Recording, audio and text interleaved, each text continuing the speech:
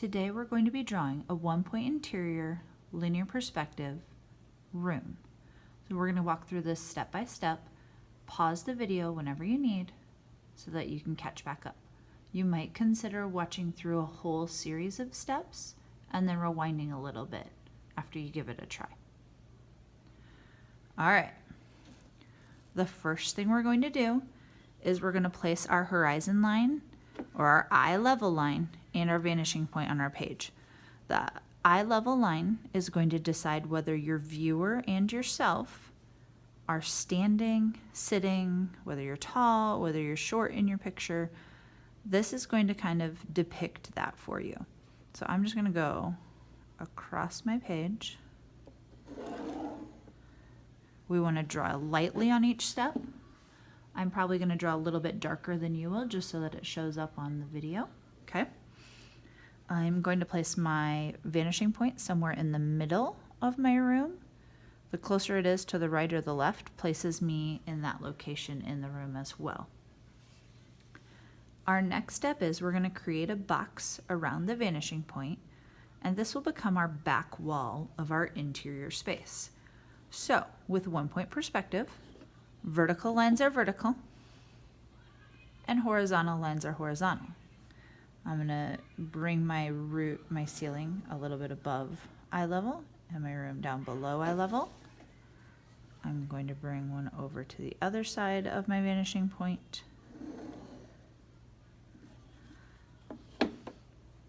My floor line is going to connect on both sides. And the ceiling line.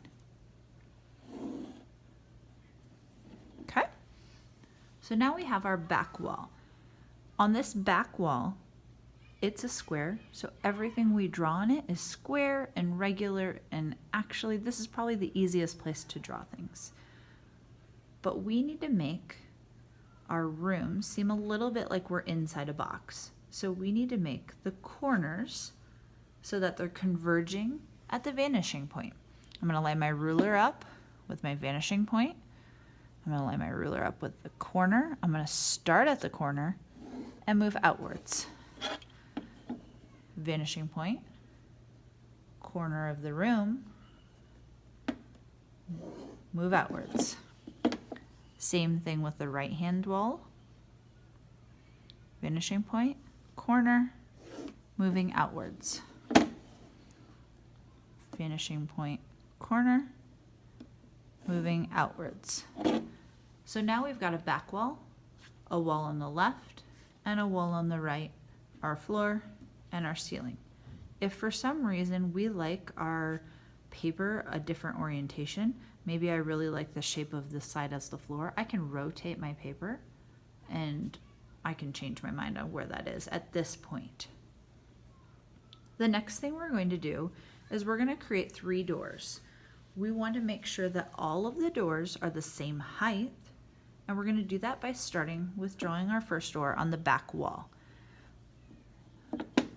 So when I draw my first door,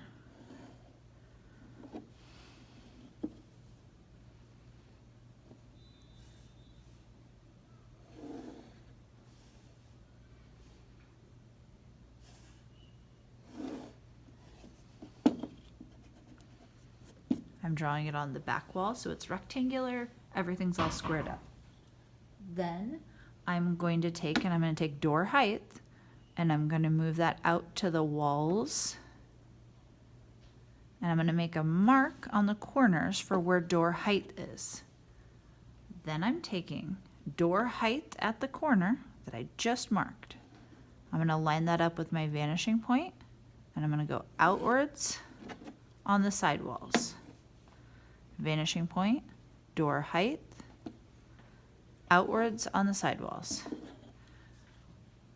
On our sidewalls, everything is going to be vertical lines for the sides of those doors. So from door height down,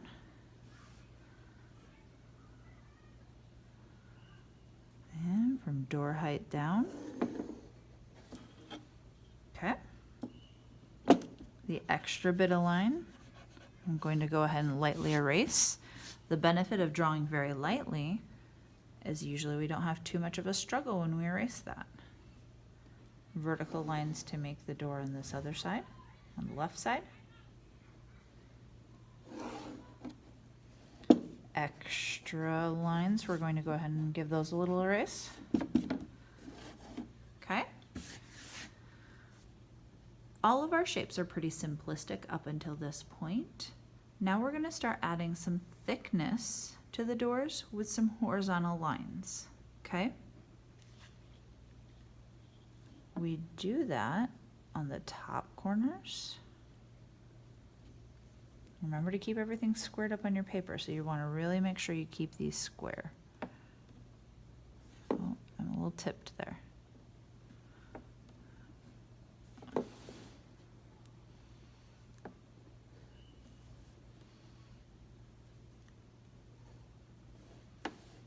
Okay. I'm going to shorten these up now that I can see how long they are.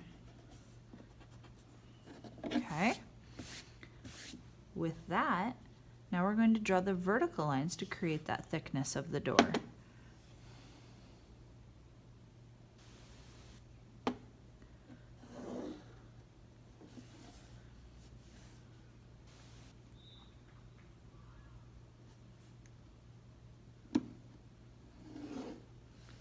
The upper corner is going to have a line that converges with the vanishing point to create the thickness of the top side of the wall.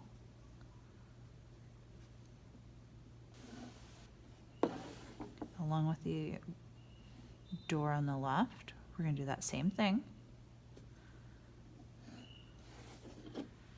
So now we have the thickness of the doors. In the room on the right, I'm going to go ahead and make the inside of that room the same depth as the room that we're currently standing in. I'm going to do that by taking my floor and wall line, and I'm going to go ahead and extend it on into the other room. Okay? I'm also going to take my ceiling line, and when I check that, it's not going to show up in my other room. You might want to check yours though to see if the door happened to have gone above that and if you need to draw a little piece of that ceiling line. All right.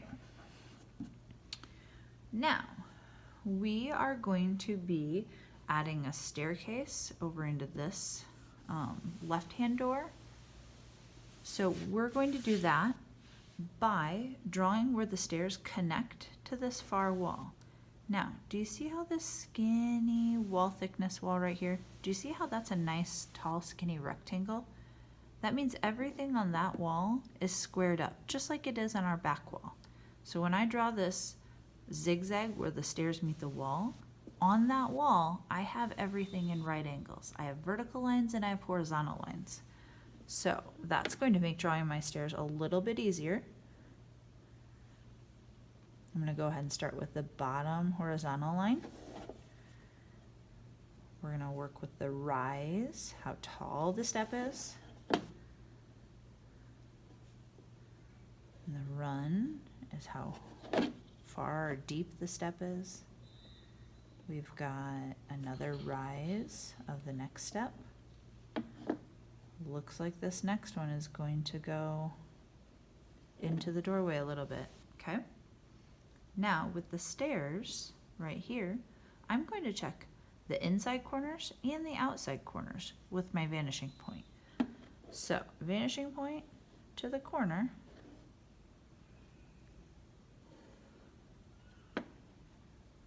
So that's the line I just drew. I want to take my vanishing point to the corner. Let's go this way so you can see what I'm drawing. And then I do the inside corner. And the top corner. The next one you can't see, but that gives me the rise and the run of the steps. Okay? Our next step would be to start measuring off so that we can put some floorboards on the floor. We're going to start that with measuring things out on our back wall over here. So I like to keep a pretty small measurement because as these lines get closer to me, they really are going to get quite large. So this back wall, I'm going to measure off. And because I know I have these steps right here that go over, I'm actually going to go 1 spot or 2 into the wall over there. You're going to see why in just a second. So every ½ centimeter, I'm making a dot on the back wall all the way across.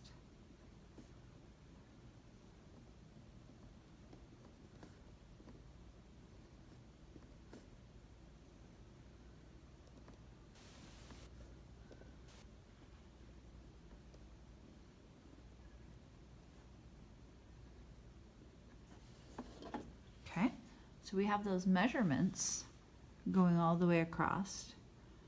And now what we're going to do is we're going to take our vanishing point to each of those marks. We're going to draw the converging lines as they come out towards us. The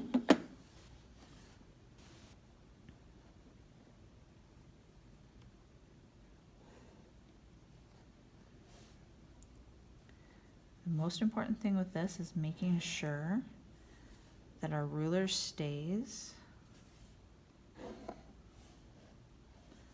on your vanishing point.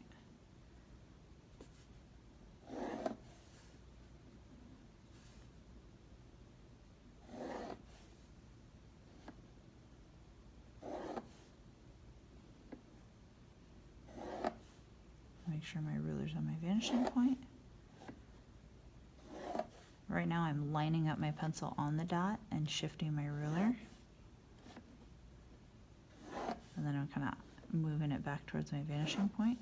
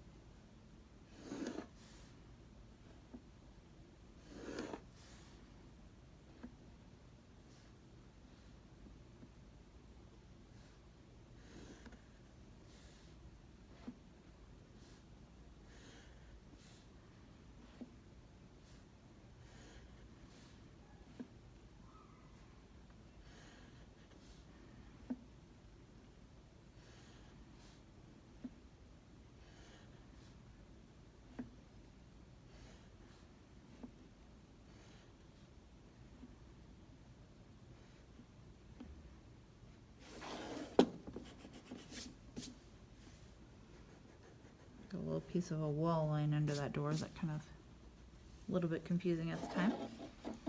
Okay, that's looking pretty good.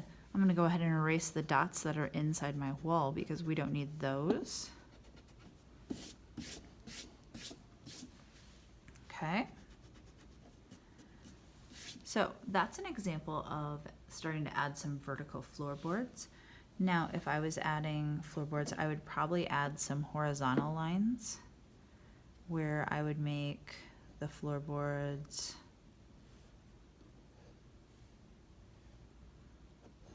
like I would start making those floorboards, right? So we're starting to add some dimension to those. But what I want you to try is we're actually going to try adding tiles because floorboards are kind of the easier one. I want you to get a little bit more difficult with this. We are going to add tiles. So with tiles, you might actually use this technique if you wanted floorboards going horizontally across your page, and that's going to help you get the spacing of them, okay? So if you think about geometry and we have a right angle and we divide that right angle in half, we would have a 45-degree angle. So this next thing that we're going to do is actually called the rule of 45. So I'm going to take a right angle. I know this back wall has right angles. And if our lines are vertical, in theory, this other horizontal one right here is actually creating a right angle on the floor, even though it looks obtuse in perspective. So it's a right angle. I'm going to take and I'm going to divide that right angle towards the front corner of my room. When I do this, I actually want to end on a line. So I'm going to take this line right here. It's giving me a nice angle this way. Okay, this line that I draw for the rule of 45, it's going to be super light. It's probably darker for you for the video, but this is a line that's totally going to be erased from your drawing. Now, every spot where this line crosses another line, you're going to draw a horizontal line the whole way down, okay? So, this line that we just drew is called the rule of 45, okay? All right, first line.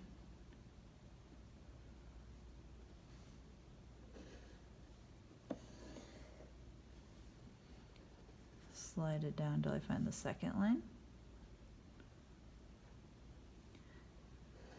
When you're dealing with small measurements and details like this, you might actually want to start with a pretty sharp pencil, so that way it can make a small line.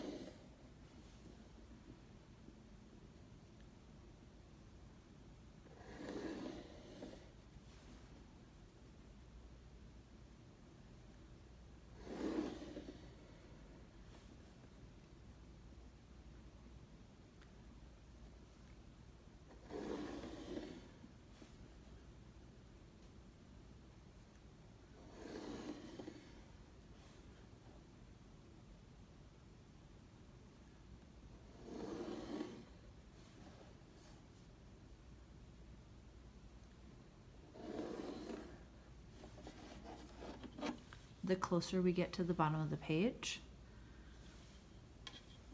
the wider those tiles are going to be. Now, here's the deal. Maybe I'm not creating floor tiles. Maybe I would use this technique to create ceiling tiles if I was drawing the hallway. So that might be a technique that I could use on a different wall as well. Okay? All right. More things we're going to cover with this. All right, if I was to add floorboards where the wall meets the floor, so usually you have like a wooden piece of trim that goes around the outside. I want to measure that on the back wall first, how tall that floor wood decoration is going to be. And I'm going to measure that on that back wall. Now, once I have that, I know how tall it is on the side wall. So just like door height, we have woodwork height. We're gonna go vanishing point, woodwork height. We're gonna wrap our way around the room. And then I know where it hits at this corner. So when I hit the corner, I'm gonna go horizontal line. I'm gonna go across. Now here's the deal. If I have a stairwell going up, I probably don't have the thickness of the wall showing here. I will have the ceiling. So I needed it to get this top point, but I'm probably actually going to have drywall meeting drywall in that location. Your woodwork that goes up the steps, you want to just follow the angle.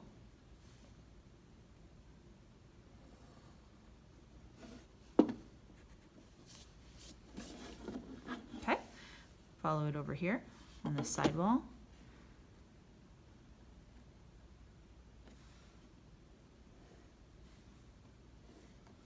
Okay, I know where it meets on this front wall. Make sure it's a horizontal line. Okay, this other room, we were able to do the same as that all at the same time. That looks pretty good. I'm gonna add a little bit of woodwork around. Maybe this is my front door.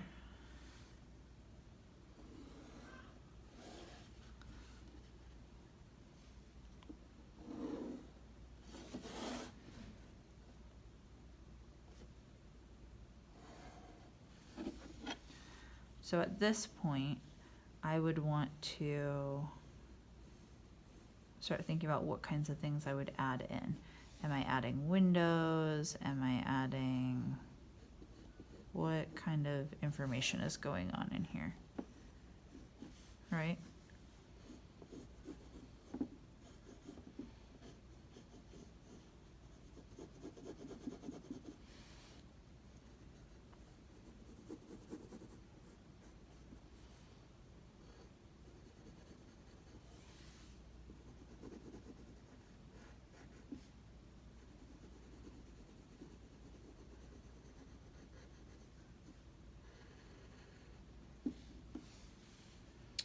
Okay. A few things that I did in the class demonstration is we worked on having some windows that were the same height as doors.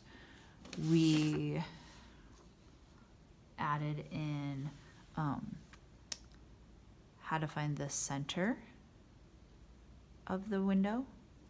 So then we were able to add a horizontal line there, right? Once I know all the heights here, I can add that in the next room. I added a little bit of window thickness. So same as when I did the doors, I added that with the windows. We could add some decorations on the door, a design on the door, things like that. But that's your basic 1-point interior space room. Okay? Great job.